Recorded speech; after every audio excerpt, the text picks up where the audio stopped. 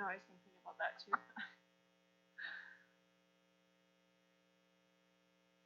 Be interested to see how many people actually come. Yeah, exactly. Allowing audience questions, so if there's a bunch, then we might Right. ask them, but.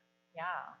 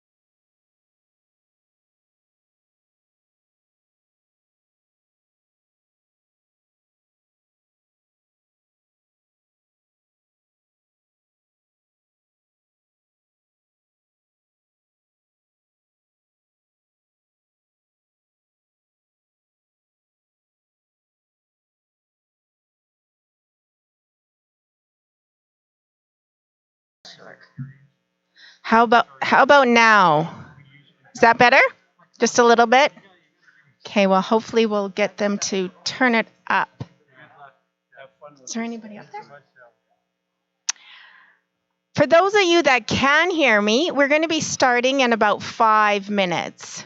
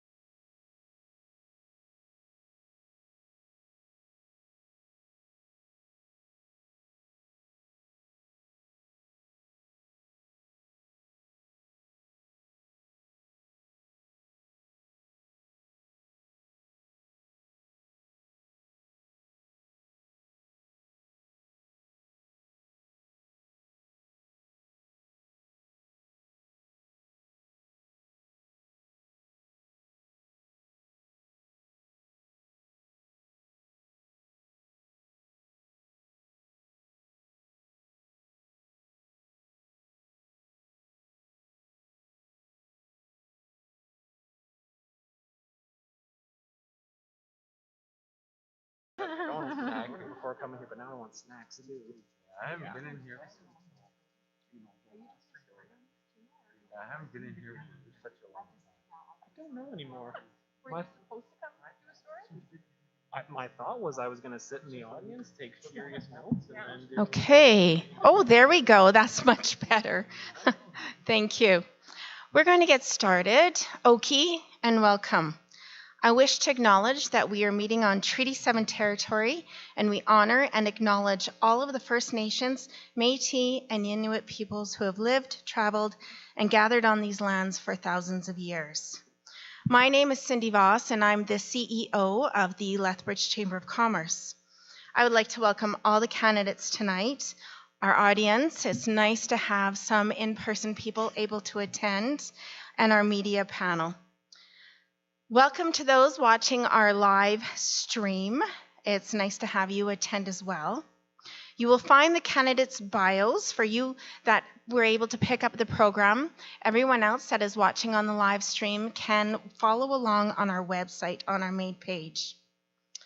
Questions relating to business will be selected first, and due to time, all questions may be selected. We will be taking one question from media, one from a written submission, and one from the floor. Please ensure we are using safety protocols. So we've got hand sanitizer and we have wipes right by the microphone area. After you've asked your questions, please let's keep everything as clean and safe as possible. When you are in the audience, please make sure that you have your mask on for the duration. I'm excited and would like to introduce our forum moderator and our timekeeper at this time. Harold Jansen is our moderator, and Chris Karui is our timekeeper over at the end. Harold Jansen is a professor of political science at the University of Lethbridge and is currently serving as the interim university librarian. He was born in Grand Rapids, Michigan. He attended the King's University College and the University of Alberta in Edmonton, receiving his Bachelor of Arts, Special in Political Science. Went on to graduate studies at Carleton University in Ottawa, receiving his Master's of Arts in Political Science before returning to his doctorate at the University of Alberta. His PhD was awarded in 1998. Joined the University of Lethbridge in that same year, first on term position and later on his tenure track in Canadian politics. His teaching and research have focused on Canadian politics and on political parties and elections, Alberta politics, and the impact of the internet on political communication. I would like to welcome Harold to the stage, and I look forward to exciting moderation. Thank you.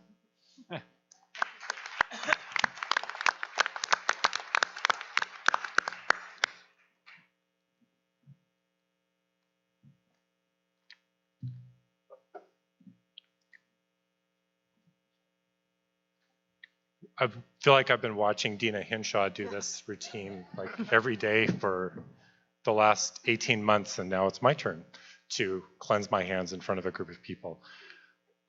Okay, and thank you.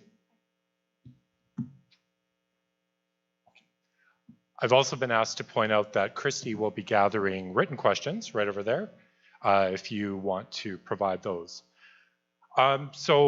Cindy explained a little bit of the format we're going to be using. We will be taking some media questions from our media panel, and I will introduce them in a moment.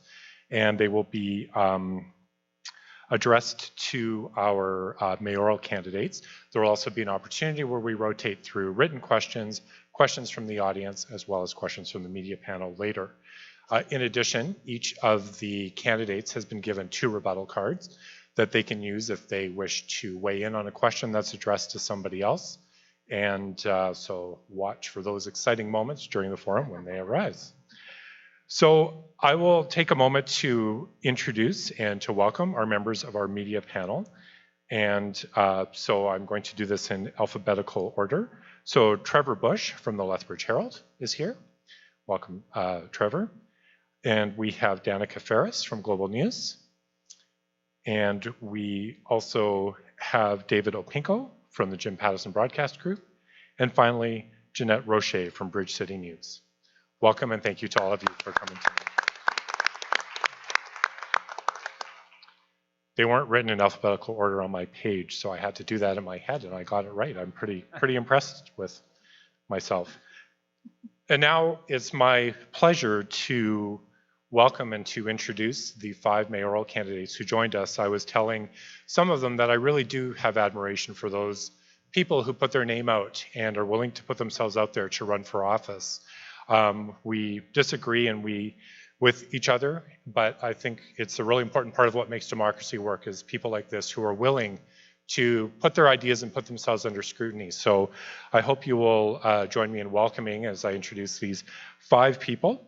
And I will also do this in alphabetical order. Sheldon Daychief.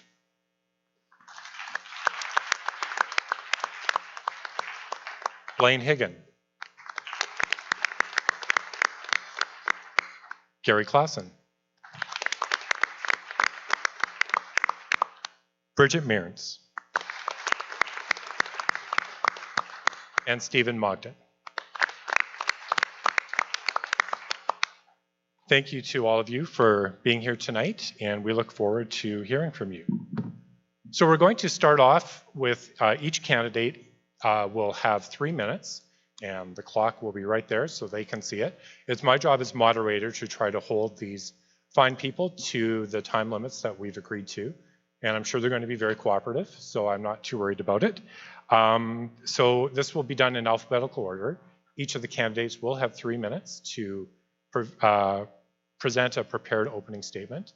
And so I will begin with Sheldon Daychief. Can I take my mask off? You absolutely can take your mask off. Good evening.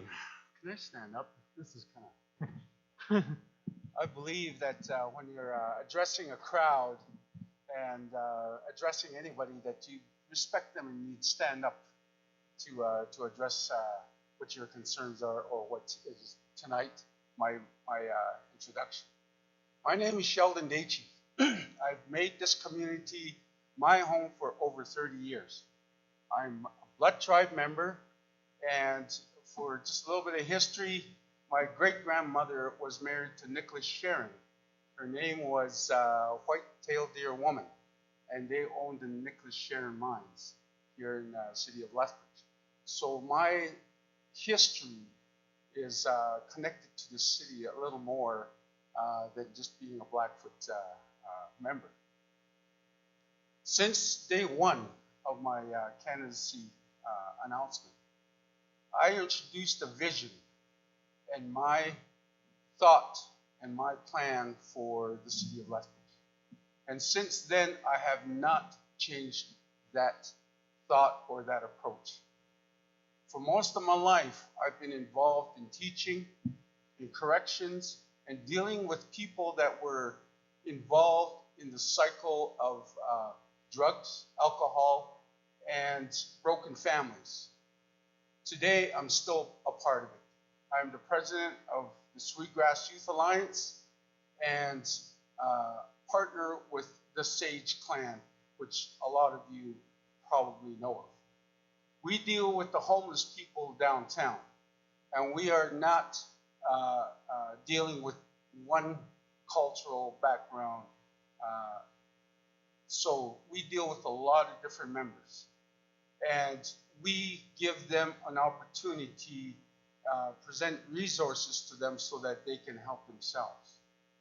Today, I stand before you, and I still present this plan that I've been talking about. And for a lot of individuals here within the city of Lethbridge, the citizens of Lethbridge, I have stayed with that plan.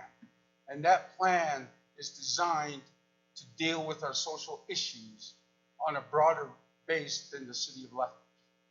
The biggest thing that it will accomplish is that it invites the citizenship of this great community to come together to help its leadership to develop practical solutions to our issues that are facing us today.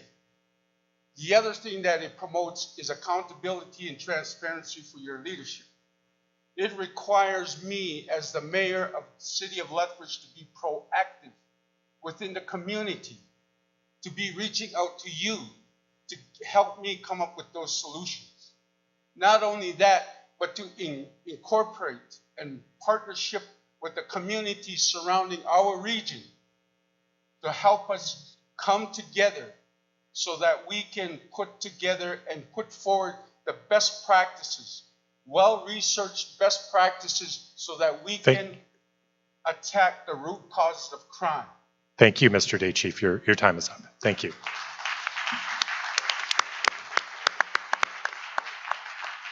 Mr. Higgin, your 3 minutes starts now. Thank you. Oh, are we working here? I don't know if you can hear me. Can you hear me? Okay, thank you. Good evening, and thank you to the Chamber of Commerce for hosting this election forum. It's an honor to be with you all tonight. For those of you that don't know me, I'm Blaine Higgin. I was first elected to City Council in 2013. I've owned and operated various different businesses in the community for the past 30 years and currently operate a business here still within the community. I studied business law and accounting at the Lethbridge Community College. Like all of you, my family is my number one priority. I'm married to my wife, Jen, and we recently celebrated 30 years, our 30-year anniversary in July. My wife is a registered nurse at the Chinook Regional Hospital, and I want to take this opportunity to thank all the frontline workers that have supported all of us throughout this pandemic. I hear about it daily when my wife returns from work, and I understand the stress that goes on, so I want to make sure that I gave a shout out to those healthcare workers. And our two daughters, Jillian and Jelena, have come to Lethbridge after their post-secondary studies in X-ray technology and film and video production. I'm a passionate volunteer, and being part of the community means giving back to those around us. Past and current volunteer experience includes Children's School Council, Target Hunger, Children and Youth Mental Health Project, Lethbridge Figure Skating Club, Lethbridge Volleyball Association, Lethbridge Old Timer Sports Association, and the Lethbridge Hurricanes Hockey Club, to name a few.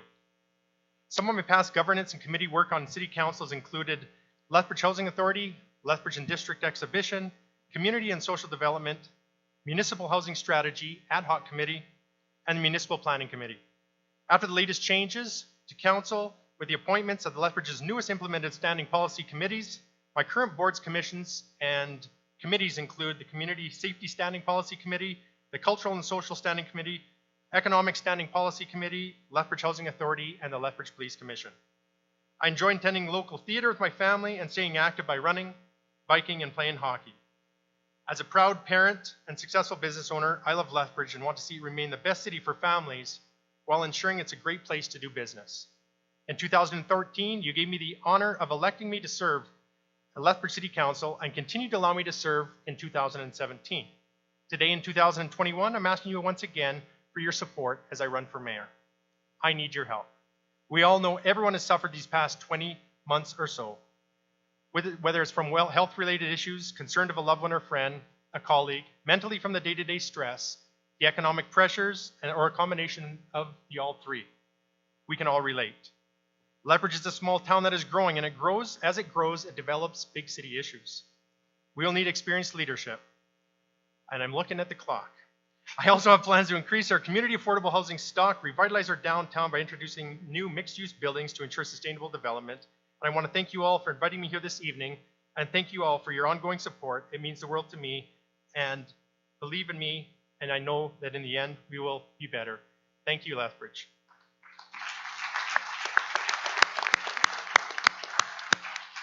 Thank you, Mr. Hagan. Mr. Clausen, you have 3 minutes. Hi, I'm Gary Clausen. A little bit about myself.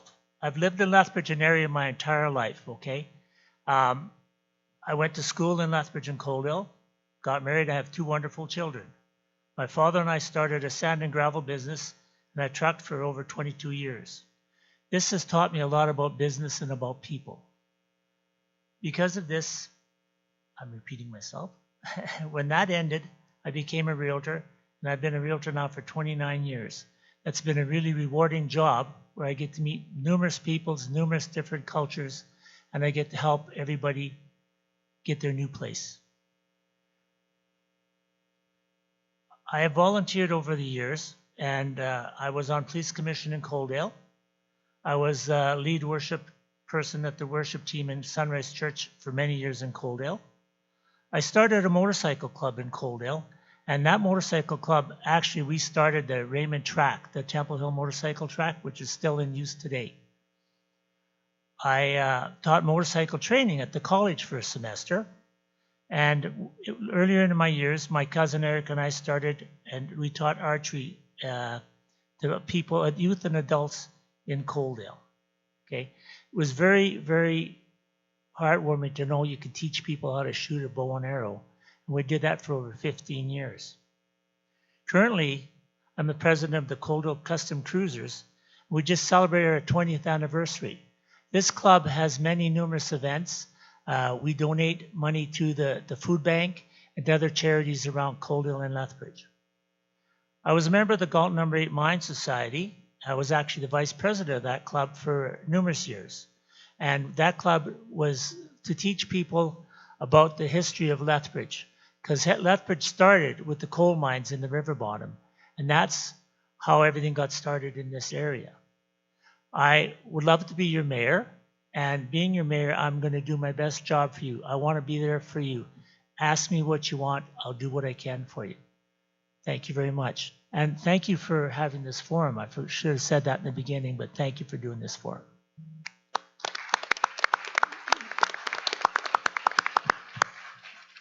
Thank you, Mr. Clausen. Ms. Mears. Thank you. Can you hear me? Thumbs up. Thank you. Good evening, everyone, and also I'd like to echo the thank you to the Chamber for this opportunity. Thank you, Harold, for moderating this exciting moderation that's coming up, and also to the media panel for being here today, and for you guys as well. I'm Bridget Mearns, and I want to be your next mayor. 4 years ago, I decided to leave City Council after serving 2 terms, but I always felt I would be back. Public service is at the core of who I am. I watched the last council and I listened to the people of this city who reached out to me to tell me they were disappointed with a divisive council. They were disappointed with the division it created in our city. They want to get things done. They want change. I love this city and it deserves a mayor that has a vision, experience, and the skill to bring people together to achieve a common direction. I'm that person, and now is the time. While talking with Lethbridgians, I heard their hopes and I saw their vision. I share their vision of a Lethbridge that works for everyone and builds bridges across the issues that divide us. I share their vision of a city that works together to address serious social issues like homelessness, the opioid crisis, and community safety, where we tackle these issues from a place of collaboration, not confrontation, with clear objectives and accountability. We will succeed faster as a city if we unite for change. I share their vision of a city government that works with local businesses and investors to remove barriers to growth. I share their vision of a celebrated city with a high quality of life, a city that attracts new businesses, skilled professionals, employs our post-secondary grads, grows our economy, and builds on the success of our ag and tech sectors. I share their vision of our city with a flourishing arts community that nurtures talent and includes places to celebrate arts for years to come. I share their vision of Lethbridge that ensures recreation and natural places meets the needs of our citizens. We've seen throughout the past year and a half how important these spaces are to everyone. I share their vision of our city that makes getting around affordable, convenient, and accessible. I share their vision of Lethbridge where home ownership remains affordable through policies that foster investment in sustainable community development and quality housing choices. I share their vision that builds on the work of the Truth and Reconciliation Commission and advances reconciliation through meaningful, respectful engagement. We need change to make forward-thinking decisions that builds our city for today and tomorrow. My Lethbridge is not defined by our problems, but rather our riches in diversity, natural resources, world-class education, a resilient and supported local economy, and pride in all we are and who we can be. This is why I want to be your mayor.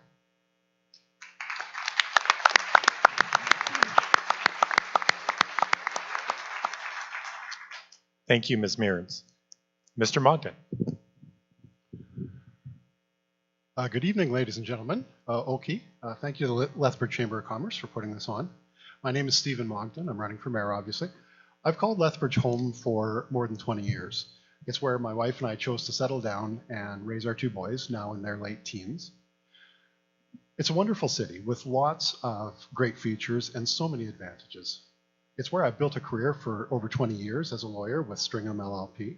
It's where I've been lucky enough to serve my community through a variety of different roles with nonprofit groups, including leading the Lethbridge Chamber of Commerce, the Lethbridge YMCA, and the Downtown Lethbridge Business Revitalization Zone. Now, this is the spot where a person might normally talk about their platform, but honestly, running for mayor isn't really about having a platform or running on a platform. In Alberta, mayors don't really have a lot of authority or power compared to the rest of council. They are 1 vote on council. Here in Lethbridge, that means they're 1 of 9 votes. I'd urge you to check out my platform online at mogdenformayor.ca. You should also check out the platform of the other candidates and compare what each of us stands for before you cast your vote. But if any of us up here wants to accomplish any part of what they've set out in their platform, they need to be able to bring a majority of council along with them. And that's what this election really comes down to. Which candidate you feel will be able to bring their fellow members of council along with them. It is really about leadership and about getting stuff done. Over the past term, we've seen a lot of division on council. That's not good for our community. So you should be asking why that is, and whether that will truly change if you elect someone who is really more of what we've had before, or if we elect someone who historically hasn't been able to bring along a majority of council with their view. This election is a unique opportunity to shape Lethbridge's future with new leadership and a new council. And in doing that, Lethbridge faces a real decision on October 18th. Are we going to place responsibility for the leadership of our city in the hands of career politicians? Or will we turn the page to new leadership, to someone who is running for the benefit of Lethbridge rather than for their own benefit? Your vote counts this fall, and it should be for the person who is best qualified to lead council forward. All of us up here have a passion for Lethbridge and its people, and most of us have served in our community in various capacities. But it really takes more than passion to be mayor. The person that leads council needs to have the tools to bring council forward with him. That person needs to be effective and collaborative. They need to be used to pressure, and they need to be able to get things done. And that's what Lethbridge gets with me. My background as a lawyer means that my day-to-day requires me to get things done and to do it under pressure. It requires me to be able to analyze all sides of an issue and to be able to find the strengths and weaknesses, not only of my client's position, but also that of all the other parties. And it requires me to be able to advocate, to persuade, and to win over the decision maker to my view. That's what I'm running for. I hope to be your mayor. Thank you.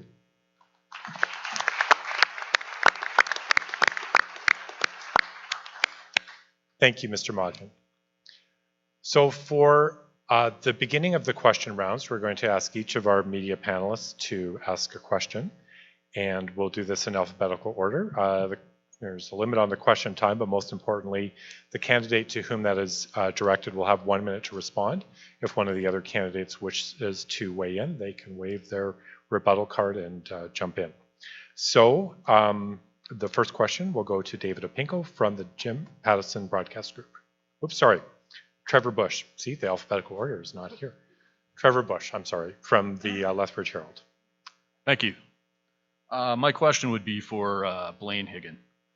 I guess over the last few years, we've seen significant tensions between the city and the province on various issues, including local EMS dispatch, public health measures such as masking, and cuts to MSI funding. I guess what is the proper relationship, in your opinion, between the two levels of government? Should cities go along to get along, or do they need to stand their ground when it comes to certain conflicts with the province? Thank you very much for that question, Trevor. We need to be a part of this community. We need to have leadership here, but we also need to collaborate with our provincial partners as well as our federal partners. But as you've seen today with our special meeting of council still put their foot down and decided to send a message up to our provincial government regarding the EMS dispatch, which we totally support. This is safety in our community, something that we need to be aware of, we need to follow, we need to make sure that our community is treated the best way possible, especially when it comes to EMS and the services that they provide. So we do have to be collaborative with our provincial partners, but we do still need to have a stance at a municipal level. But having that communication with our provincial partners goes a long way, as it does with the federal partners, because we need to be able to collaborate with them. It's a lot of the funding and the grants come from those two different government agencies, both the provincial and the federal, so we do need to have that collaboration at all times. Thank you. Thank you. Our next question is from Danica Ferris from Global News. Thank you. My question is for Bridget. Everybody always wants bigger and better facilities, and obviously Lethbridge is a growing city with tons of demand for those facilities, but new facilities come at a cost. So how do you believe the city should budget for capital projects, and should borrowing be relied upon? Thank you for the question. Capital projects have always been built in our city using a combination of different granting sources, some of them from federal and provincial grants, as well as MSI money, which is the money that comes from the province. There's always going to be more need than we have dollars. I think that's going to be more the case moving forward, considering what we're coming out of. I think that we're going to have to be looking at other funding models as well. We have used debt before to achieve capital. The exhibition park is probably a really good example of that. So there's opportunity, and I think we're going to need to look at other partnerships other than just federal and provincial granting and taxpayer dollars. I hope that answered your question. Thank you. Our next question is from David Opinko from the Jim Pattison Broadcast Group. My question is for Stephen Mogden. So Lethbridge has obviously some great post-secondary schools, but one thing that a lot of students struggle with when they're graduating is finding a good job in their field in the city. And they might want to live in Lethbridge, but they might not be able to find work. So how would you as mayor try to ensure that more young skilled workers can find good careers in the city and be able to settle down here? So thank you very much for the question, David. So that really comes down to two main priorities. One is growing Lethbridge as a business community, and that's something that Lethbridge certainly needs to make sure that it's doubling down on its economic development and accessing those tools. When we're bigger and stronger as a business community, that affords more of those choices to people and allows them to have a little bit greater flexibility of looking around and finding something that's going to work for them, their skill set, what they've gone to school for. Because, I mean, it can certainly be, I think, very disheartening for people to have to sort of settle for something different just to remain in the community that they've been in. So past that, we need to make sure that Lethbridge is a place that people want to stay in, to build their lives, to raise their families. And I think we do a pretty darn good job of that. I mean, certainly my experience is coming down here and raising family. It's been wonderful. And so the more that we have in the community that does that, the better we'll be. Thank you. Thank you. Jeanette Rocher from Bridge City News. Oh, sorry, rebuttal. Sorry, Mr. Deschamps. Sorry, I believe strongly in partnership. When we have two great post-secondary institutions and others in the city of Lethbridge, in order to give our youth the opportunities and the real chance to be a part of this community, to make it their home, and stop them from migrating out of the city because they don't see a career happening here, or even giving them the opportunity to build businesses here, we need to reevaluate the whole process. And the biggest thing is partnering with our institutions and giving them that avenue with different businesses within the city, especially within the professional field. Without that partnership, we will go around in circles and we will continue to see our youth leave, especially our zoning policy today. Because today we don't see the neighborhood businesses around anymore, hardly any. So they don't have that opportunity to build their businesses, to build their lives around the city of Lethbridge, where a lot of them are born and raised. So they are leaving our communities. And our zoning right now in the city of Lethbridge is all about residency. It's not about economic development. Thank you. Thank you. Jeanette Rocher from Bridge City News. Yeah, my question is for Gary Clausen. When it comes to our downtown core, what needs to change to revitalize it while making it safe and also a great place to visit and do business in? Thank you. The downtown core is vital for the city of Lethbridge. We had, before we used to have the downtown businesses, small businesses, and then we'd have the big box stores come in and they could outbuy the products for the small businesses. We still have quite a few small businesses downtown. But what happens is people don't want to come downtown and pay parking meters and then move around and pay more. And then, because if they go to the mall, they don't have to pay. They can stay in the mall all day. I think that if we make it more easier for them to accommodate the customers to come there, it would be nice. Also downtown is we have the most beautiful park we have. We used to have, I think once upon a time, They used to have a bandstand down there. It was pretty neat. We have a lot of people milling around down there and begging. I think that's the word I could use. But downtown is very important. It's very vital. We've got to help the businesses so that they can thrive. If they thrive, we all thrive. Thank you. Thanks, Mr. Clausen. Okay, so we now have an opportunity to start taking questions from the audience. If I can give a written question while you wait, but please, if you do come up, please take advantage of the hand sanitizer and wipes there, and socially distance and all these awkward things we're navigating during COVID. But I will sort of take you in turn if you want to come up and ask a question on the microphone. We'd ask you to keep it short. Try to keep your question to 30 seconds or less, please. So while we wait for someone to come up there, I'll go with one of the written questions I have here. And this question is directed to Mr. Higgin. If elected, would you support using cost impact analysis of proposed bylaw or zoning changes to business to inform your decisions on whether to support proposals? You know what? I didn't catch that. I'm going to have to get you to read it again. Sure. No problem. Someone did their homework writing this question, clearly. If elected, would you support using cost impact analysis of proposed bylaw or zoning changes to business to inform your decisions on whether to support proposals?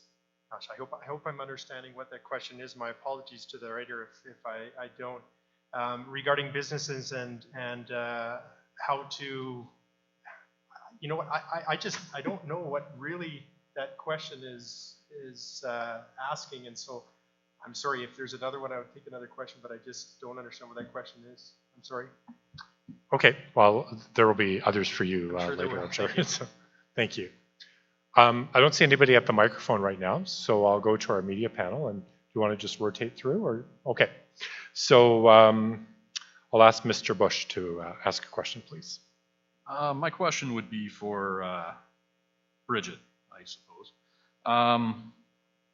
What is your position on bringing in a ward system for the community? Are you in favor or are you opposed? This is something that I've looked at in the past. It's something that came up when I was on council before. There's pros and cons of a ward system. In my experience, in my research, it's not often found in a municipality our size. The reason being is you end up pitting a city that's growing sections against each other. So the north side is competing with things that are on the west side versus the south side, and it can lead to conflict.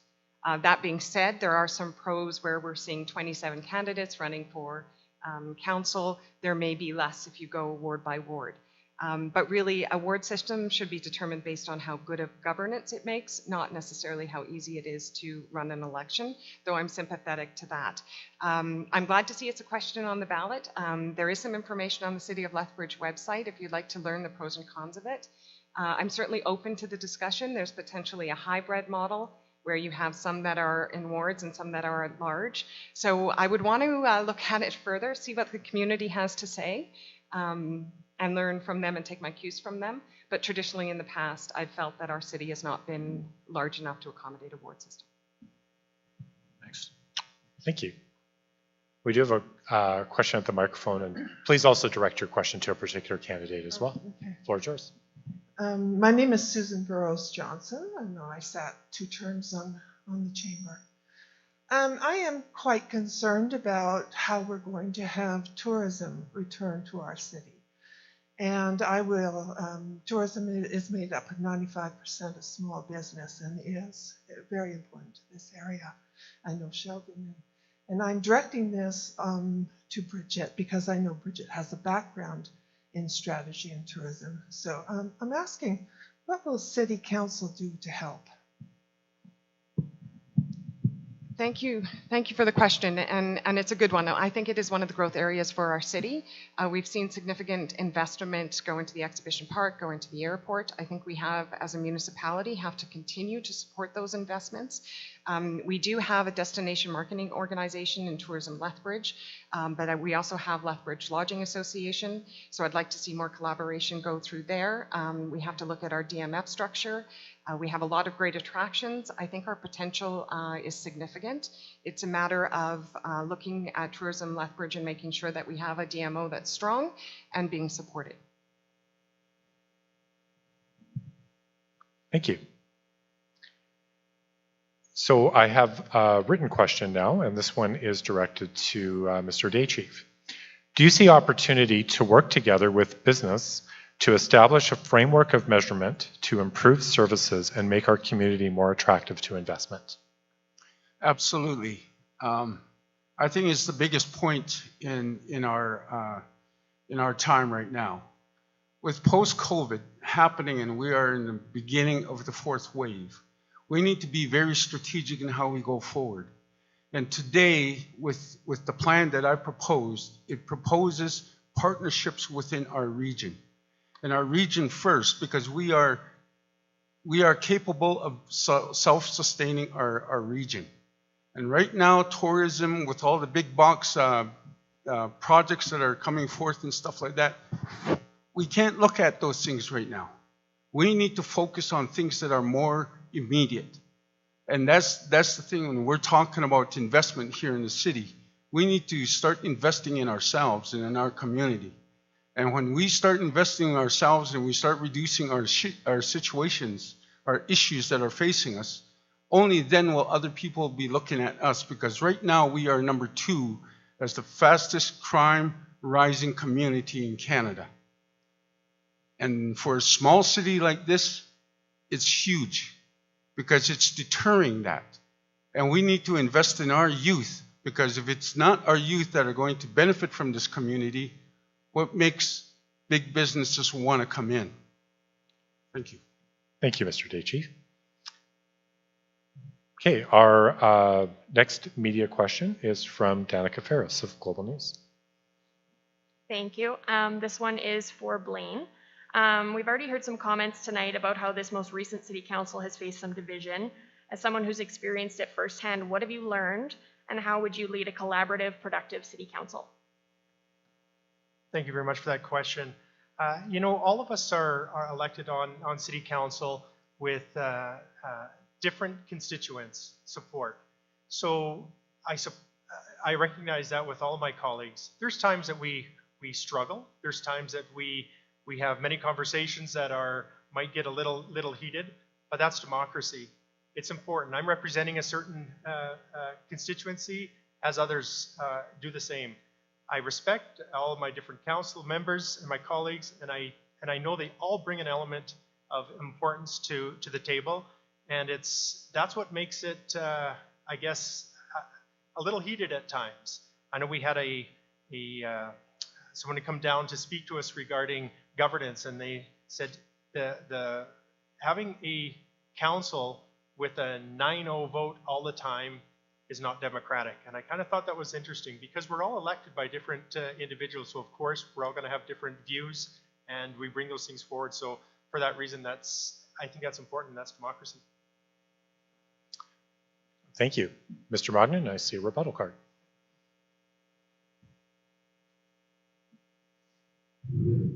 Yeah, thanks very much. I certainly am no stranger to the idea that having opposing viewpoints gets you to a result.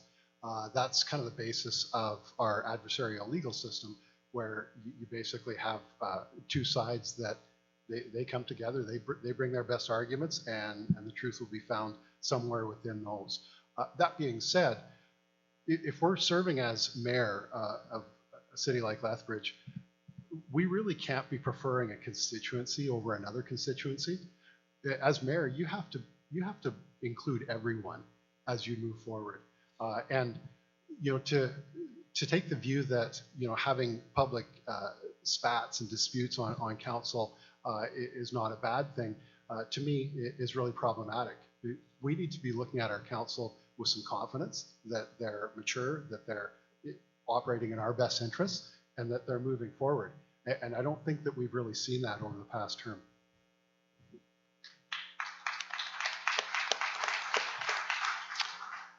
Thank you. Oh, another rebuttal. Wow, things are heating up at the 8th Center in Lethbridge. It's getting exciting. So I just wanted to address those comments as well. There's definitely a difference between having a heated debate and having a unified decision.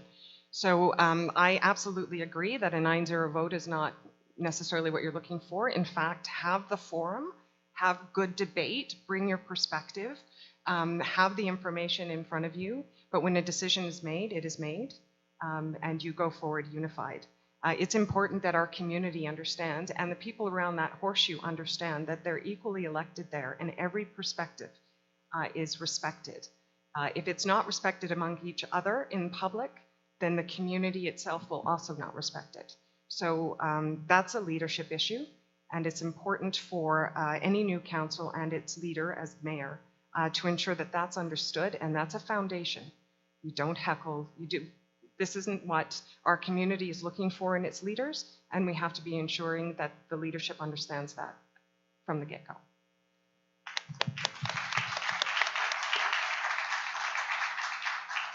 Thank you. Watching carefully because I've steamrolled over two cards. We have a question from the podium. Thank you. Thank you. This question is for Blaine Higgin, but I wish I could ask it to everybody on council or on panel. Lethbridge is hemorrhaging family doctors, and one of the major reasons people might decide not to move to a community is lack of access to healthcare. What is your plan to work with the province to recruit doctors to Lethbridge, and as well as expanding services that are being offered to include abortion services, which are not currently offered in the city? Thank you. Thank you, Kelty, for that question. Back in June, when I announced my candidacy to run for mayor, one of my top priority items was recruiting family physicians and retaining family physicians. That was something I was one of the first to come forward with that, and we saw what's happened over the past few months. Been in discussion with numerous doctors, and have looked at putting together a group, which they are very much in favor of, a committee to meet on a regular basis to find out who and how we can retain the doctors that we have and also encourage ones to move to our community. Now, understanding that the first thing that a doctor does that is looking at relocating or coming to our community is they'll Google Lethbridge. And the first thing, unfortunately, that comes up, if you all have the opportunity to try it, it comes up quite regularly, it's the crime hotspot of Canada.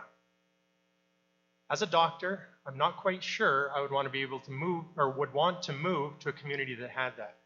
But I have spoken with a doctor, one that has recruited 12 physicians into our community and wants to be part of this team to reach out and to those that are just out of school and those that want to relocate and to bring them into our community. So I think that's extremely important. A monthly meeting, if it's not 3 times a year, whatever that might look like, it's something that's extremely important, and I look forward to putting together a mayor group and council to work with these doctors to recruit and retain the doctors that we have in our community. Thank you.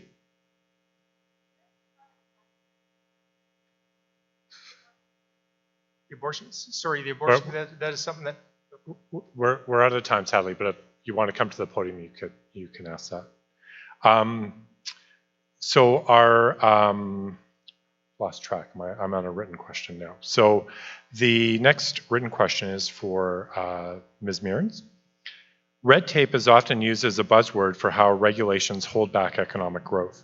Can you provide specific bylaw or zoning issues that you would address if elected to reduce costs for businesses and create jobs?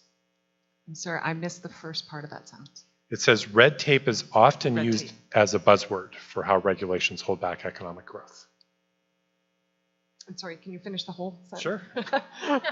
Can you provide specific bylaw or zoning issues that you would address if elected to reduce costs for businesses and create jobs?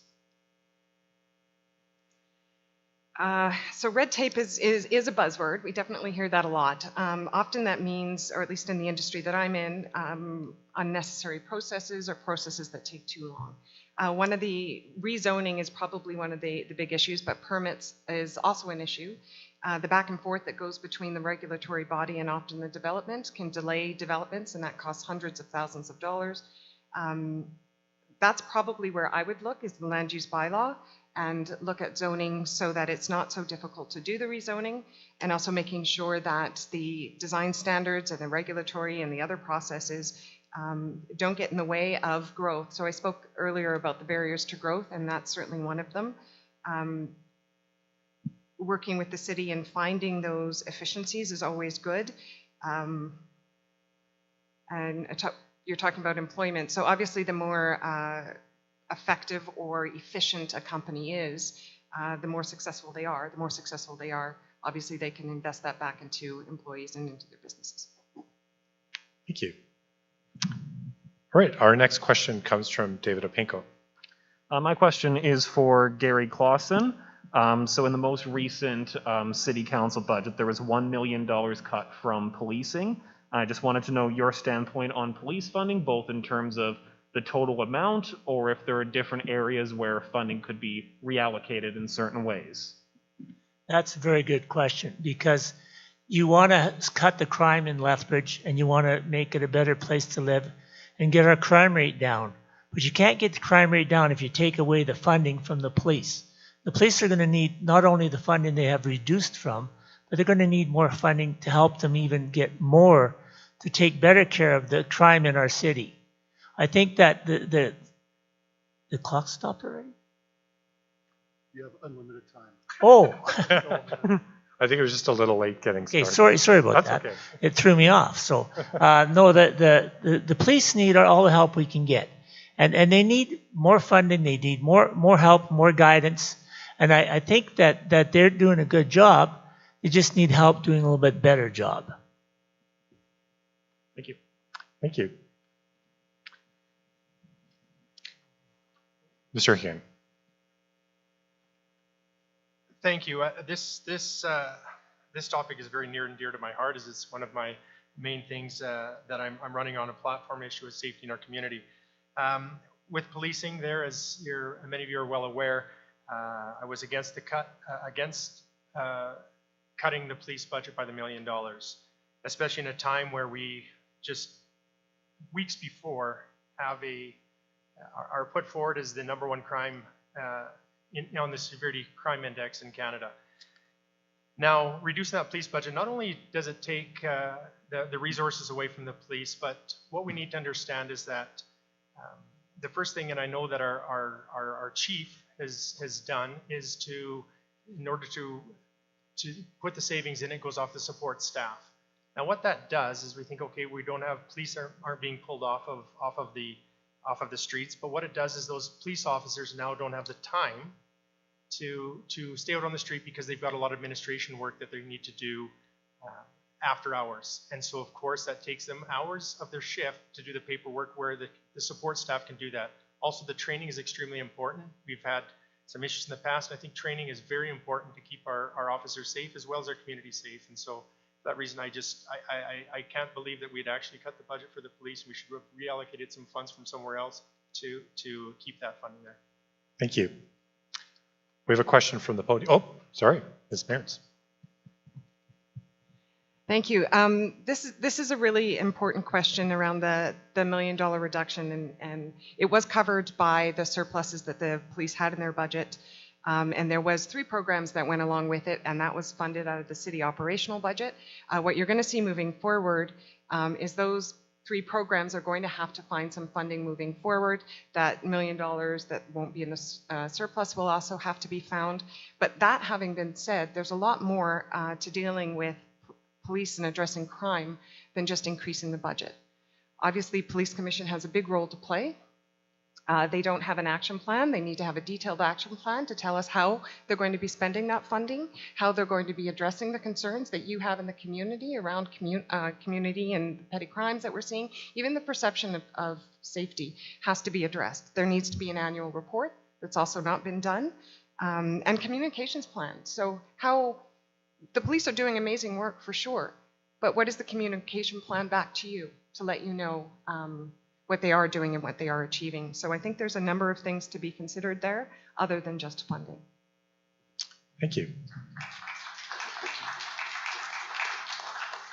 We have a question from the podium. Hello. My name is Michael, and I am a candidate for City Council, and I'm honored to be here and have this opportunity. My question is for Sheldon Joseph H.E. Based upon your experience with the diverse cultural experience that you have on a personal level, how certain do you feel about a resolution for the suffering that is happening in the downtown area? And what type of integrative approach, as you focus on partnerships, would you apply to resolve that?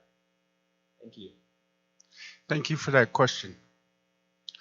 I want to begin by stating, going back to my plan.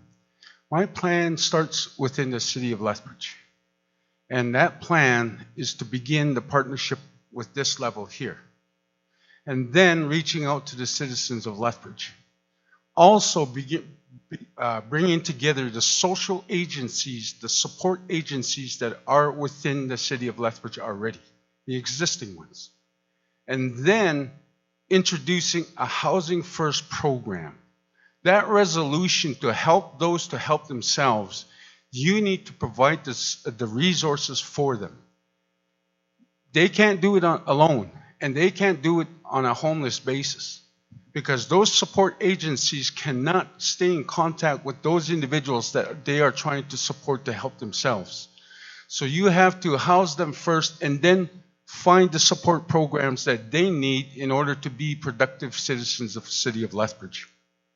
So when you're talking about transiency, say for the city, for the Blood Reserve or the Peak Gunny, you got to also incorporate having the decision makers of those two reserves to be involved. You cannot do it alone. So you have to have those partnerships on a regional wide basis. Thank you. Thank you.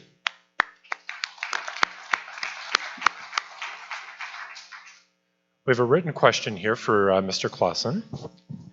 If elected, how will you engage businesses to ensure that future policy decisions do not add to their bottom line and inhibit businesses' ability to support prosperity for members of our community? You repeat that one more time, please? Sure. If elected, how will you engage businesses to ensure that future policy decisions do not add to their bottom line and inhibit businesses' ability to support prosperity for members of our community? If you have the businesses doing well, they have employees, and employees turn around and support this community also. So the businesses themselves, the small businesses and all the businesses, have to prosper, or they will no longer be viable, and they won't have the employees supporting our people in the city. Thank you. Our next question is from Jeanette Rocher. Thank you. This is really addressed to any of you, but I'm going to ask Stephen Mogden. The supervised consumption site was a very polarizing issue in our city, with people strongly in favor and strongly opposed. How do you see this? Do you believe that another SCS would be helpful to our city, or are other solutions a better option?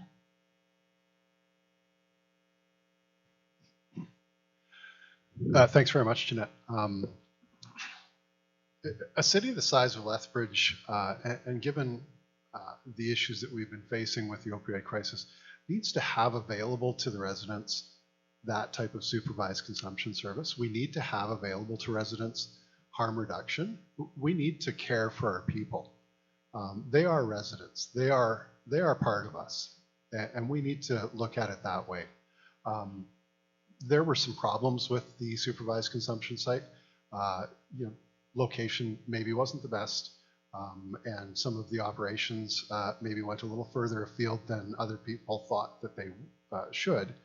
But at the end of the day, we have to have those types of services in our community. I honestly weep for the community that doesn't, that wants to do away with that type of thing. That could be your kid out there. And that's how I view it. Thank you.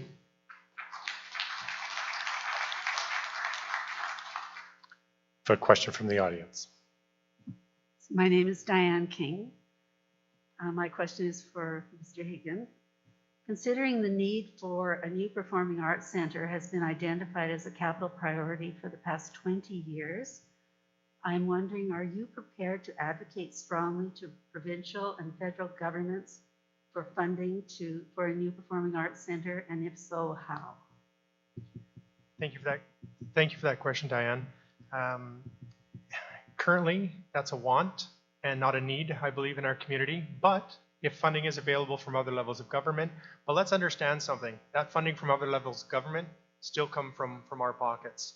And it's something right now that I know, talking to one of the top promoters in Canada for performing arts, and definitely knows his stuff, said this is not something that needs to come to our community yet.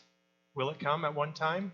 I believe it can, but I'm not, as far as advocating to the government and the other levels of government, I will do that, but I don't believe that it should be put on to the taxpayers here in our community. So at this time, I would not advocate locally for that as much as trying to get that funding from other sources, either provincial, federal, or there could be a business or a P3 project that could come in and help that out.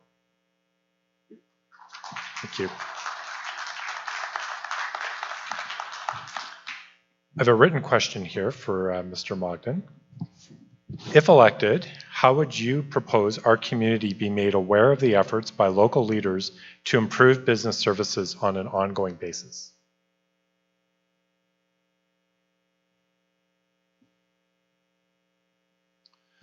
Thanks for whoever submitted that question. So business in Lethbridge is really a bright spot. It's one thing that I've been involved with throughout my time here, not only as a lawyer that deals with business clients, but also as a business owner in the downtown area. And we have a really great story to tell in terms of business, in terms of how we support each other here in Lethbridge. And we have great organizations.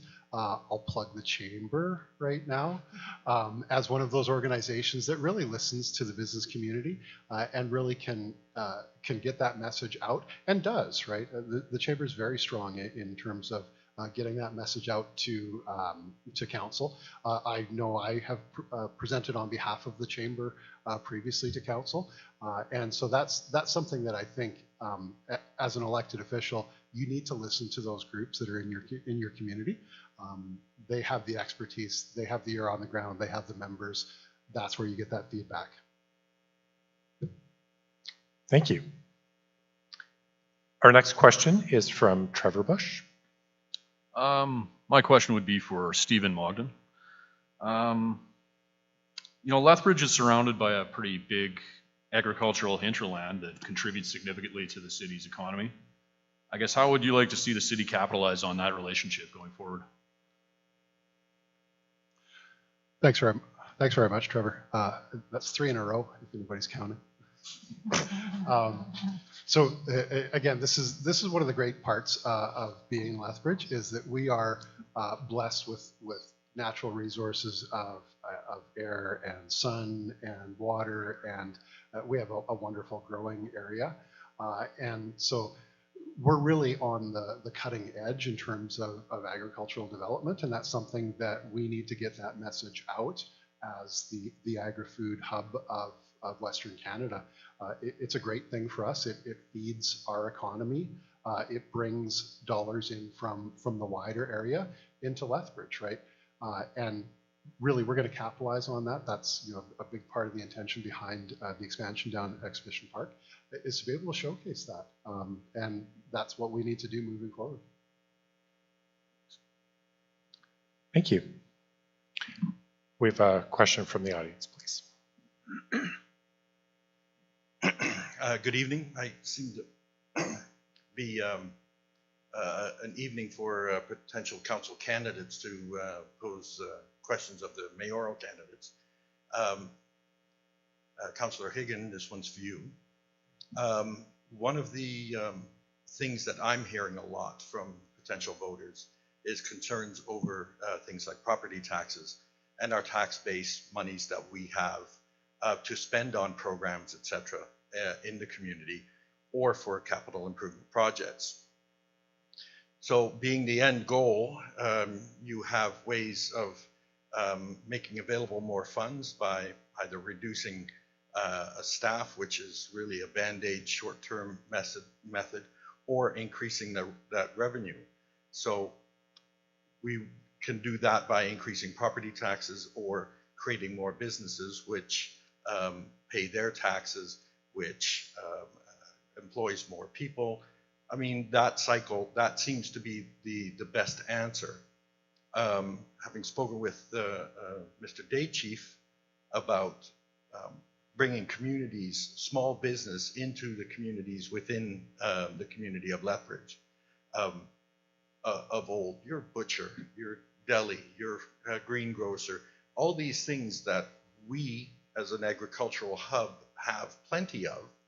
Why are we not focusing on that? Why are we not fostering those small businesses that can become chamber members, that employ more people, that increase our tax base? How would you promote further small business? Thank you for that question. Being a small business owner for 30 plus years, I know we hear the terminology red tape. It's a struggle for a lot of businesses to get involved and to actually open up business in our community.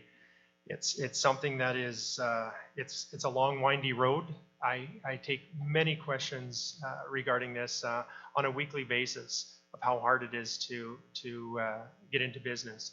Now, I was, the beginning of your question there is you know, revenue or expense, what our issue is. We don't have as much a revenue problem as we have an expense problem. We're struggling with the costs that are out in our community, and we have had some reports done by the KPMG. KPMG reports come back and tell us that exactly that. We have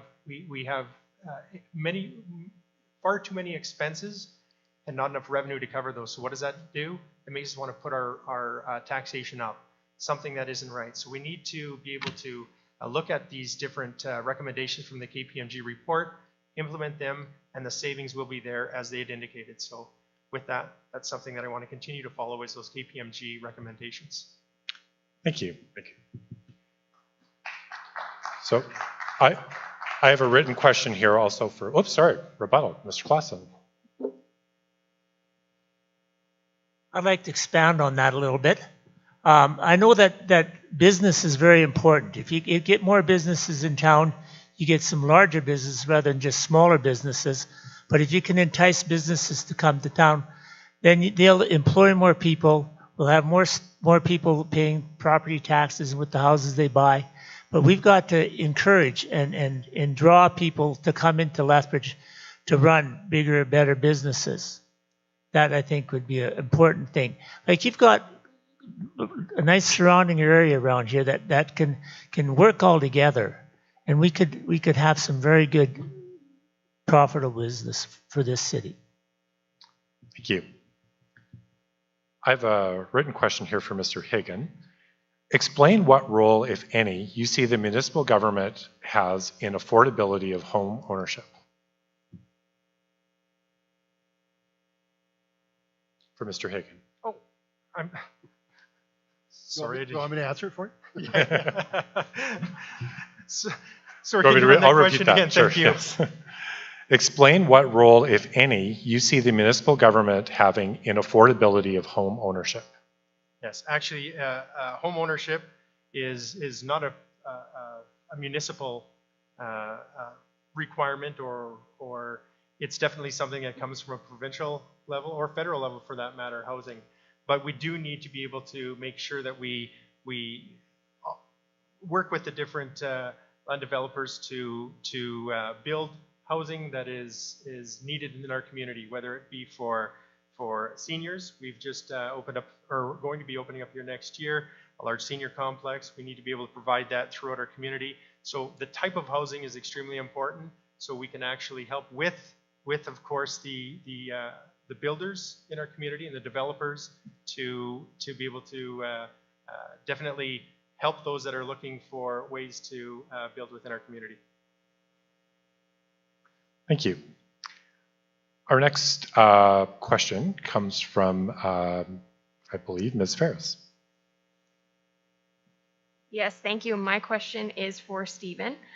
Calgary recently voted to implement a restrictions exemption program by law to make all eligible businesses required to ask for proof of vaccination. Do you believe that Lethbridge should consider something similar given rising COVID-19 case numbers?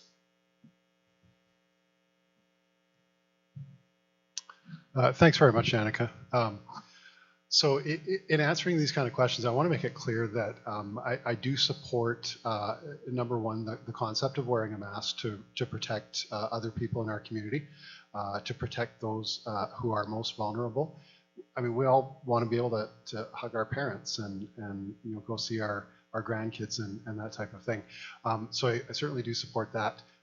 And being vaccinated myself, I do support that. Well, I guess we all are if we're here or we've had a negative test result. But as far as adopting something that similar to what Calgary has done, I don't think that we need to go quite that far here yet. I think the provincial program that has been put in place, I think give it a little bit of time and we're going to see the numbers fall here. I think Lethbridge is a pretty responsible place. I say as I don't have a mask on as I'm saying that, but I believe it is, and we'll be okay. Thank you. A question from the audience, please. Hi, this question I'll direct at Bridget, but if other people want to chime in, that's great. My name is Jan Langford. I've lived in Lethbridge for 5 years, moved here from Whitehorse, which is a smaller place. My husband's in the back, he's in a wheelchair, and he can't get down here. And so, of course, we're concerned about accessibility issues. And the thing about accessibility is that unless you're living in the chair, you don't always think about it. So the Chamber may have had best intentions for having accessible space, but the fact is it's not equal access to get down to the mic. So we tried to participate in the accessibility master plan. We didn't find that a very transparent or welcoming process to be part of. And in looking at the plan, it sets up an internal committee to advise the city on accessibility issues. When we were in Whitehorse, there was a committee that was made up of business, community, city officials that would advise city on these sorts of things. And we think that's a far better model for having good advice go to city. So we're wondering whether you would support a more open and transparent process for advising the city on accessibility issues. Thank you. Thank you for the question. I agree that accessibility is something that's incredibly important, and I did mention it in my opening remarks. I think the process does absolutely have to be transparent. I like your idea of having the advisory committee. I have to admit, other than the accessibility master plan, I don't know a whole lot about how the city was moving forward with that. But I can share with you a story that I have.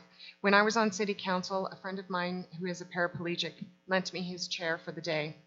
And I took it from my house to City Hall and back. And taking the transit, I encountered on the sidewalk a light pole right in the way. So I had to go on the road to get around it. It was an incredibly enlightening day. And I agree with you, until you're living it, it's something you truly don't appreciate. So I take your comments to heart and believe that it is something that's incredibly important, and would certainly look at your ideas.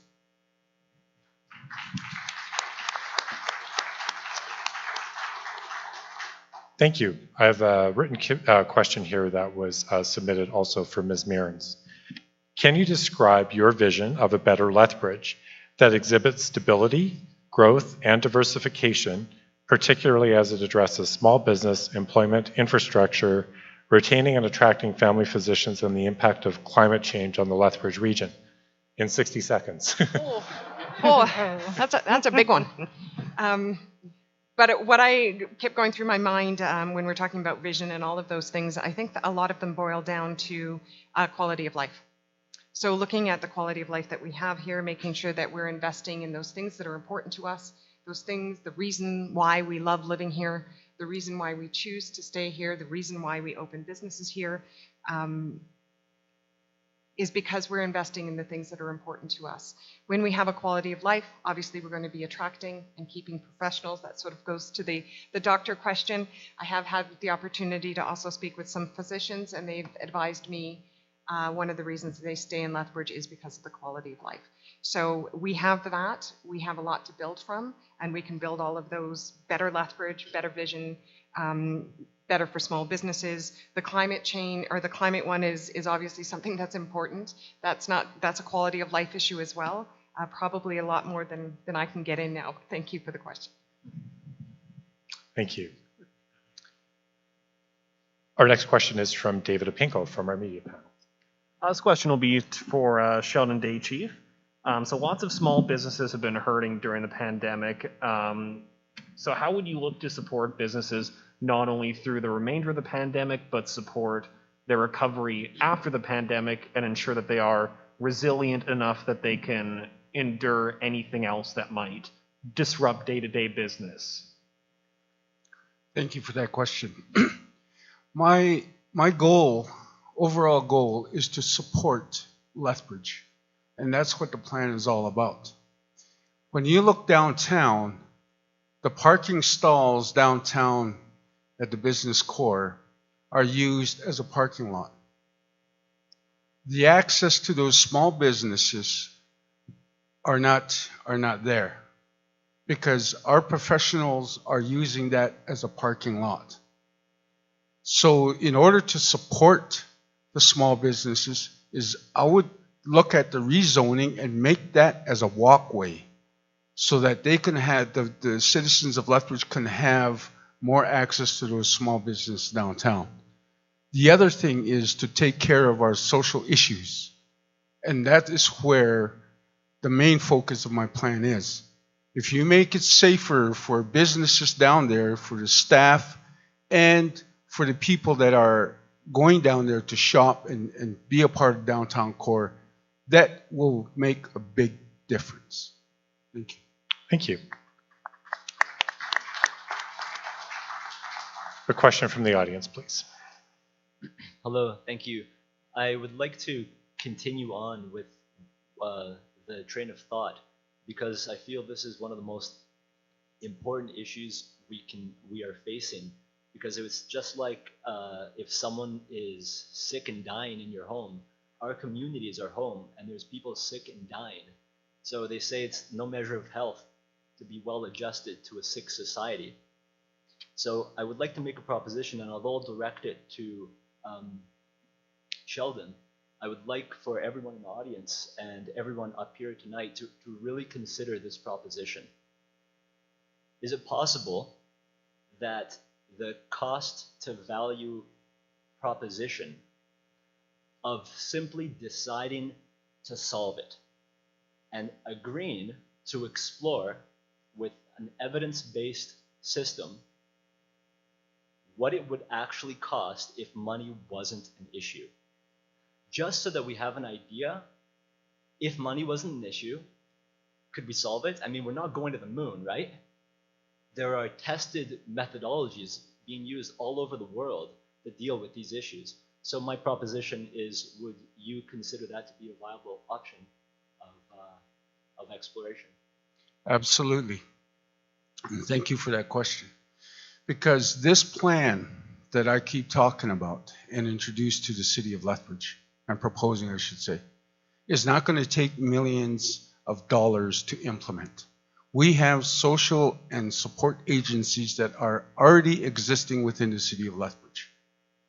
There are researched and best practices that are within different communities. If we reached out to them and we brought those ideas back into the city of Lethbridge, I believe it can work and it will work. Because if we, as the leadership, listen to the people of the city of Lethbridge. We can develop those practical solutions together. And I've proposed that plan is going to make an immediate impact. If we are so concerned about raising money to implement a plan as simple as this, then I'm willing to take a further 25% cutback from my wages to implement it within the community. I know this leadership took a 10% page cutback over this past year. I'm willing to go further. It's not about money for me. It's about making a difference and helping those to help themselves. That's my passion for it. And I've been in this field of work for most of my life. And it's about time that we came together as a city, as the region, to make that difference. Thank you. Thank you. Excuse me. May I just have 10 more seconds? 5 even. Just one sentence. 5 seconds, Thank but you then so I'm cutting much. you off. I just want to make sure everyone recognizes the vast implications on an economic level and on a gross domestic happiness degree. What it would do to our community to know that there aren't people suffering. Thank you. Thank you. Thank you. Jeanette Rocher. This is directed towards Bridget. So the Canadian Federation of Independent Business recently stated that Alberta small business owners carry the largest debt load in all of Canada. And they've also stated that if there were another shutdown, 1 in 5 small businesses could shut their doors. So we are right now in the middle of a 4th wave. So as mayor, how would you handle the situation for our city, keeping us safe while not hurting the economy? So this is the question of the pandemic, isn't it? So obviously this is a healthcare question, and how do we? This is a provincial mandate, and this has been a bit of the frustration is that it's been downloaded to the business level when they're looking for clear direction. So there is this opportunity for the restriction exemption program that allows for everybody who's vaccinated to come into business, but there is also the option where you have to restrict your business if you're not willing to go that route. I think what we're looking for here is some clearer leadership from our provincial level so that businesses aren't left with this responsibility or left with the heat of their decision. What I would do as mayor is work with the provincial government and help them understand this is their mandate to take responsibility for. That being said, there is the MGA that does say that if your safety, the community and health of your, the safety and health of your community is an MGA issue. But honestly, this is a healthcare issue and belongs at the province to do their job. Thank you. I have a written question here for Mr. Clausen. What are your policy goals to better include people, whether they be Aboriginal, people in poverty, or transgendered men and women?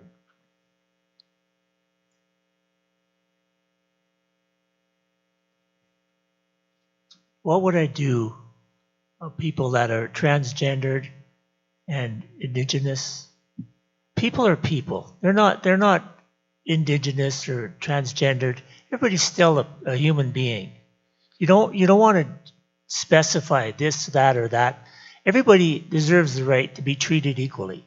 Everybody deserves the right to have a voice and an opinion. So that's the best that I can say for that. Thank you. I don't see anybody at our microphones, so I'll turn this over to Mr. Bush. My question would be for Gary Clausen, I guess. Should a third bridge be a priority for the community, and if so, why? Okay, this is a real question that's been asked many, many times. Now, the cost of the third bridge is a pretty high cost. If you do it now, it's a lot cheaper to do it now than if you do it in 10 years, because the price of everything will go up in 10 years. But the use of the bridge is mostly would be for the people in the southwest part of Lethbridge. You have a person on the north side of Lethbridge, they're not, unless they're going golfing at Paradise Canyon, they probably won't use that bridge. So that bridge is more of a specific use for a certain type of group of people. The cost of the bridge is an expensive cost. And I've heard where the cost will increase our taxes 13 to 18%. Now, people on the far north or in the south side that won't go over that way anywhere, if their taxes are going to go up, they're not going to want to spend that money on a bridge. I mean, we have the Highway 3 bridge. We have 6th Avenue Bridge. Now, a problem, though, is if we turn around and there's a major accident on 6th Avenue Bridge and there's an emergency on the far west side, they'll have to go Highway 3. If they had a new bridge over here where they're planning to build it, it'd be quicker and easier, but it's a big cost to build a bridge for an emergency. I mean, the most important thing is as long as nobody dies, that's important. But, you know, you can have, maybe I'm answering it wrong, but I think I did a good answer on that. It's not priority one. It's a big cost, and it's not priority one. I also heard that's might not be covered by the provincial or the federals. They might want it to be because it's not a priority bridge. It might be the whole cost for the city of Lethbridge. Thank you. Thank you. So we have about 10 more minutes for questions, just giving a heads up to people who have rebuttal cards burning holes in the table. We have a question from the audience.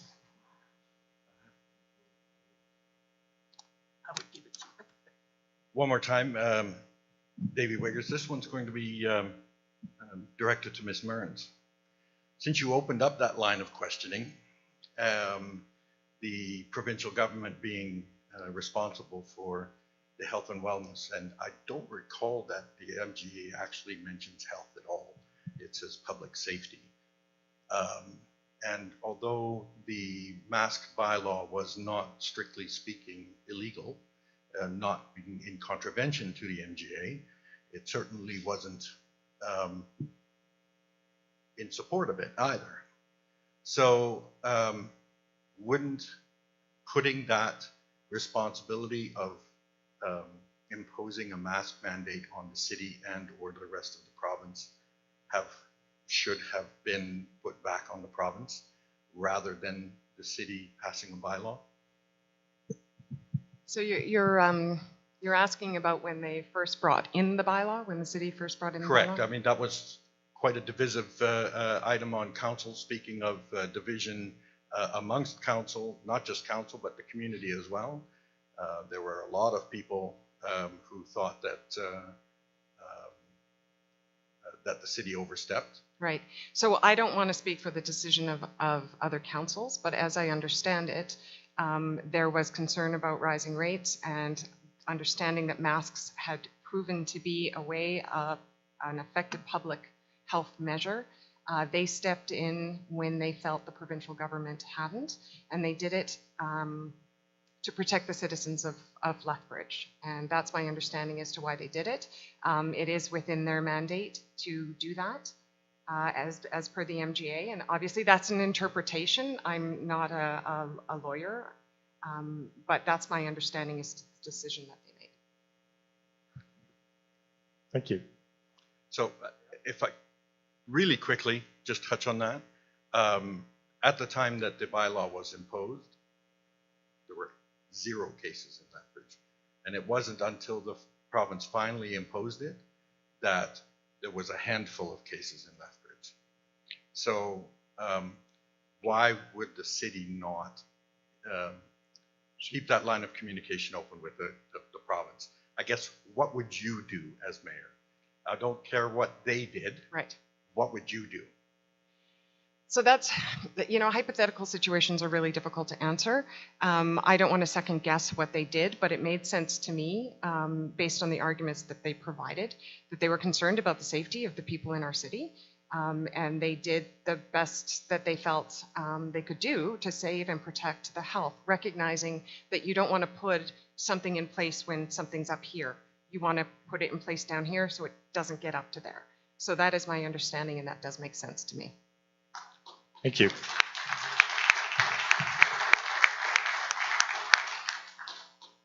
I have a written question here from Mr. Higgin. Do you support treatment and recovery facilities to deal with the opioid crisis? Did you see Mr. Higgin on that one? I did. You did, okay. Sorry, hearing here. Absolutely, I do.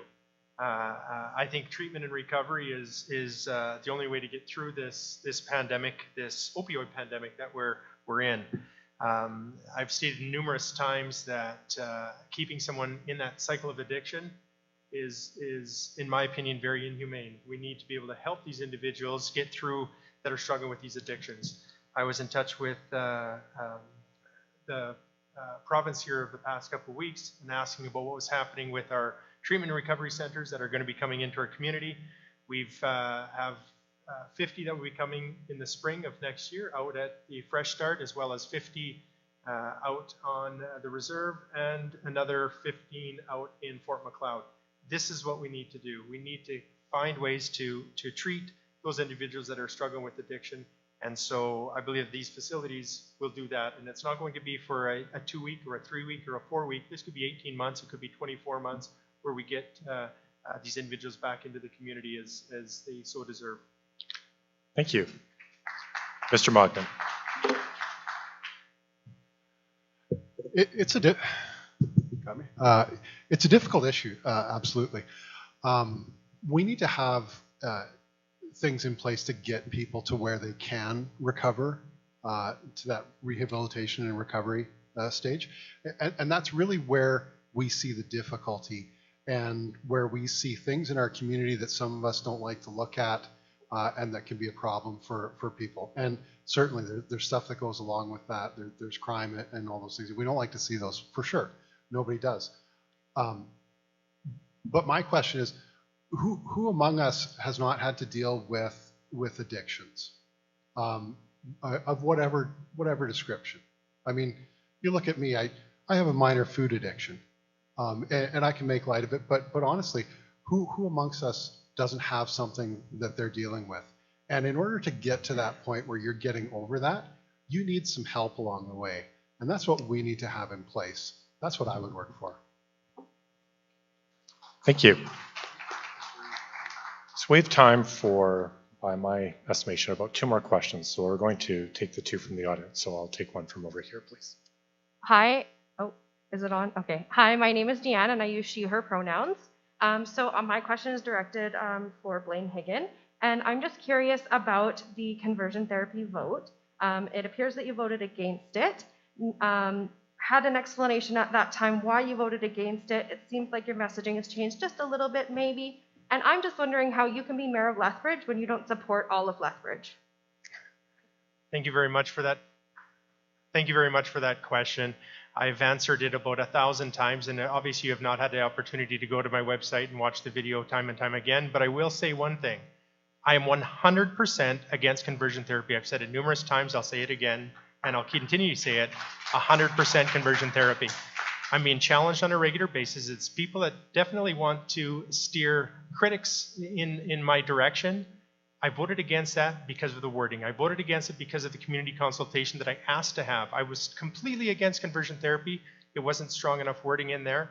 I have many members and friends that are members of the LGBTQ community. I respect them as I respect anybody in our community, and we'll continue to do that. But take a chance, go look, www.hagen.ca, look at the conversion therapy video that I posted. You'll have that explanation, and I'm sure you'll enjoy it. Thank you. Thank you. Our final question is from this person here. Thank you. Thank you.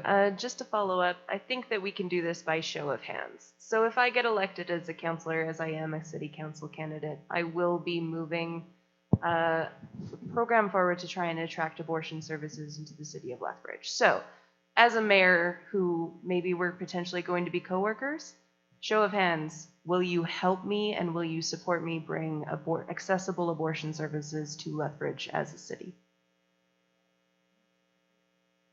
That's a provincial matter. I'm sorry, I'm not going to raise my hand or You're not keep it going to down. advocate on behalf of Absolutely Lethbridge not. women? No, that's a provincial matter. Thank you. For me. Can I answer that? Show of hands to everyone. Sorry, that was directed to everyone. Well, if you'd ask you to direct it to one candidate, please. Has to be directed? Yes, They can't those are- even those do are a the rules. show of hands? No, those are the rules that the chamber has asked. Directed to Stephen Mogden then. I do agree it is a provincial matter, and it's something that the province should be looking at. That being said, I mean, we've also been talking about attracting physicians here, and that's a provincial matter, and that's where something where we're being asked as a community to basically correct the effects of the war that our provincial government has waged on doctors and healthcare professionals as a municipality, and that's not fair. To me, having a basic medical need met for half of the population is something that we absolutely have to have. I think it's embarrassing that we don't have it. To the extent that I would be able to help with that, I certainly would. Thank you. All right, that brings us to the end of the period for questions. Thank you to the audience for the difficult questions, both written and in person, and thank you to our media panel also for the difficult questions that they asked as well, and to the candidates for their answers. We now have time for closing remarks from each of the candidates, and this is going to be in the reverse of the order that we used to start the forum. Each candidate has 2 minutes, and they will be watching the clock closely. So we will start with Stephen Mogden. Thank you very much, and you did a good job moderating. It's very difficult for me to be on this side of the podium because I've usually been moderating these things, but you're doing a great job. Yeah, give him a round of applause. And thank you, timekeeper. He's paused the clock.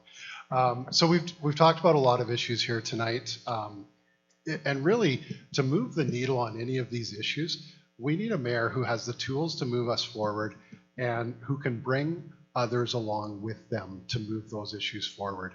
And that, I said it off the top, and I'll say it again, that really is what you should be focusing on as a voter. We need to elect someone who can move things forward, that can bring people along with them. I've shown over the course of my career with the groups that I've worked with that I can do that I can bring a group of people together and move forward and achieve an important objective. Sometimes it's with some difficulty. Some people need help to be convinced to move forward, but you can get there. It requires stick-to-itiveness, it requires empathy, it requires some planning, but you can definitely get there. I want to address a couple of sort of discrete issues. And I talked about I was going to talk about retaining physicians. I already got that out. I do want to talk about crime rate because it's something that keeps coming up.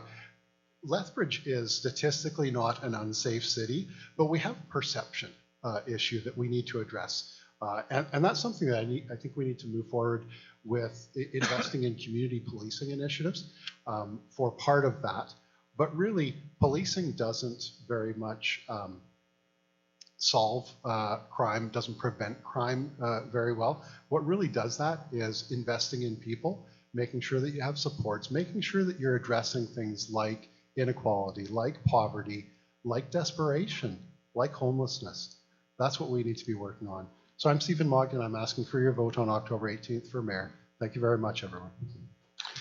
Thank you, Mr. Mogden. Next up is Bridget Mearns. Thank you. As we've heard tonight, Lethbridge has several immediate priorities, and some of them cross jurisdictions for sure. The issues are clear to us all, I believe. How we differ is our leadership approach, but also our experience and our competency. There are several priority issues in Lethbridge that we need to tackle as a community, working with other municipalities as well as level of government. The office of mayor is not an entry-level position. I can walk into the job and get things started on day one to tackle the serious issues facing our city and start to build a strong council team. The mayor is not just one vote, but they're the leader of a team, and they're responsible for bringing forward council's direction in a very clear and decisive way. Lethbridge needs a mayor who's working in the best interest of all its citizens and doesn't turn issues into wedge issues that divide the council and the community, as we saw with the supervised consumption site. As your mayor, I will put people before politics. Lethbridge needs to address high taxes and user fees and ensure that we support economic development and interest in the areas that maintain our quality of life and the reason we love our city. It's the last few years that Lethbridge has been defined by the challenges. It's hurt our reputation, and it affects our competitiveness in attracting and retaining businesses and professionals. As your mayor, I will change that narrative. I'm ready to offer my broad experience as a public servant, a business leader, a community builder, and a champion for Lethbridge. I'm the change we need, and now's the time. Thank you.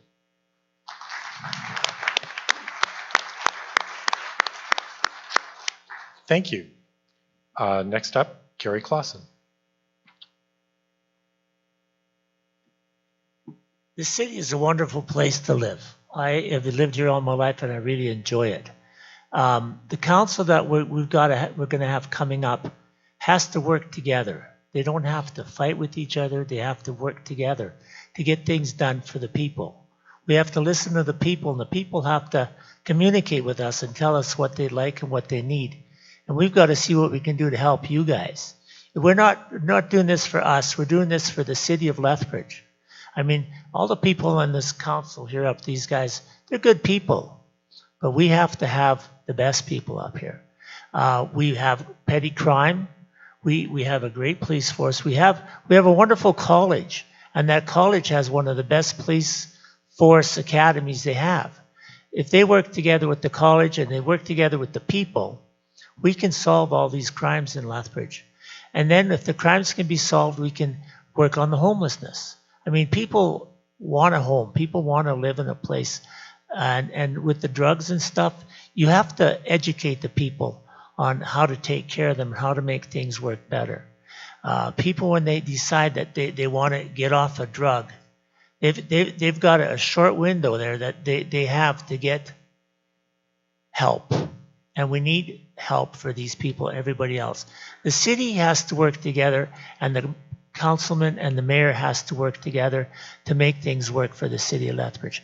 This city is awesome, and I've loved it. I've lived here my entire life, and I want to be the best mayor you guys have ever had. So come October 18th, vote Gary Clausen, and you'll never regret it. Thank you. Thank you. Blaine Higgin. Thank you very much. I want to take this opportunity first to thank the Chamber of Commerce. Remember the Chamber for many years, and this is a forum that's definitely engaging with the community, and it's one that they've never missed. And so this is an incredibly great opportunity to be here. Also to thank the moderator. Thank you, Harold, and the media, and all the questions that have been asked here this evening. I also want to take a moment to thank all my fellow candidates that are running. It takes a lot to do this, and I know that throughout this campaign, we've all ran into some pretty tough questions, and of course, you know, public service is extremely difficult. I know, and I see the shaking head of Bridget. We've been through this, and all of you that have this opportunity, and I know that Sheldon, you have as well. It's something that I want to make sure that we all are there for the right reason, to serve our community. So thank you to all of you. The next several years will be defining for Lethbridge as we emerge from the aftermath of the pandemic, our economic downturn, and the challenges of living in a fast-paced modern world. How we choose to respond to the road ahead is in our hands. We'll need experienced leadership that knows the issues, understand how decisions impact the families of those who elected them, and leadership that will listen to Lethbridge. I promise you, I will work hard for you. I will leave no stone unturned to ensure Lethbridge gets back on its feet. I'll work collaboratively with my council colleagues and our hard-working administration to deliver common-sense, pragmatic solutions. Solutions to our problems, ensuring that in each major issue you are heard and you feel heard. Over the past several months, you have seen my policy announcement that illustrate my plans for Lethbridge. If I'm elected over the next 4 years, I'll commit to improve safety, make working and dealing with City Hall easier, increase our efficiency in transportation, including the possibility, by thinking outside the box, of a third bridge, and not at 12, 13, 14%.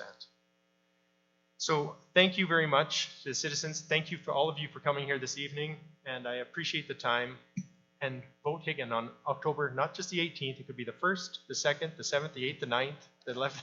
So, but only once. Anytime, but only once. Don't vote all the time. That's right. Thank you, Bridget. So advanced voting starts on this weekend, on Friday. So thank you very much. Thank you, Mr. Higgin. And Sheldon, Day Chief. Well, get connect sa mat sinakuha ko. Gusto ko na ko script ita. Tonight, I want to thank you for all coming out to listen to us. My name is Sheldon Leach. I have a plan. I have a vision for the city. Since day one, I have not veered from that message. And to ensure that you develop, you see a set of leadership starts from you. From day one, I've encouraged the citizens of Lethbridge to evaluate your existing leadership. Why is our city the way it is today? I have not seen, very little have I seen our leadership be proactive within the communities, all of the communities, especially the downtown core. The vision I have for this city is for us to work together. We cannot be successful in reducing our social situations today without including and reaching out to the surrounding region. It starts with us. It's time to bring humanity back here. We need to deal with ourselves. It's that rock in the pebble, or that water that you throw in there. That first ripple is you. And it starts from us. That plan invites you to help us.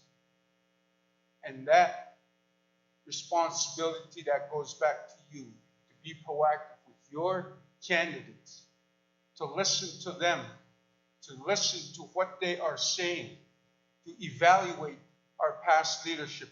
Because in my opinion, it's past leadership that has caused our city to be the way it is today. They've neglected us. They've forgotten about you. The consultation process has not come to you the way it's supposed to be. You are our employers. We don't work for ourselves, we work for you. So on October 18th, and all those other days that you have opportunity to vote, vote Sheldon Day Chief. And I guarantee you, this plan will be implemented. And this plan was drafted for the city of Lethbridge and the Blood Reserve back in 2006-07. And I'm surprised not once have I heard it here, especially from our current leadership. Thank you, Mr. Day Chief. It's time for change.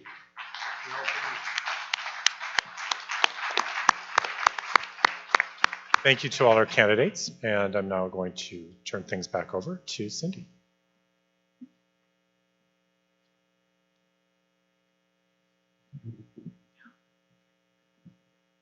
I'm quite a bit shorter, so I've got to put that down. I want to thank all the attendees and viewers. We've had to make a lot of changes in the last couple of weeks, and it was essential to us as the chamber that we still go ahead with the forum the best way we could. So I know there's a lot of questions that we didn't get to answer. And so on the live feed, we'll be collecting those and we'll be submitting them and seeing what kind of responses we can get. We have 3 weeks before the election, so we do have an opportunity to still ask a lot of questions. So please do not hesitate to keep sending those questions in our direction. I want to thank the Yates. It's been a wonderful facility as always, and it's like we said earlier, it's wonderful to still see people in the seats.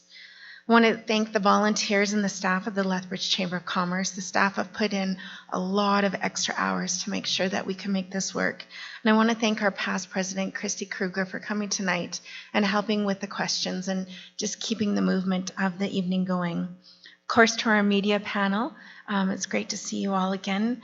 And the media coverage, even in the seats, that's fantastic. The candidates, of course, I appreciate your thank you. I appreciate you and your time.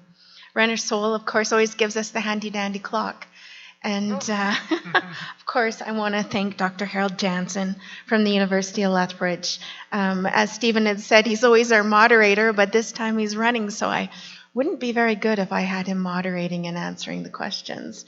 So the University of Lethbridge plays such a significant role in our community. So I really want to thank you again for coming out and helping us with that. Chris, our clock, our monitor, he is a co-op student from the University of Lethbridge, and it's so great to have those students working in the community with us and exposing them to this important election type forum. So we hope you all are being educated as well. We also have Kelson somewhere out there in the audience. So I'm not going to go on much further. Like I said, we have 3 weeks till the election. And I hope that everybody that showed up today, whether in person or online, does exercise their right to vote. It is really, really important now more than ever to get out and vote, and on all these other days too. Look at the opportunities we have now. So I want to thank you all again. Have a safe rest of your evening, and we will keep on doing what we can to make sure that we get communication back and forth between everybody. Thank you so much.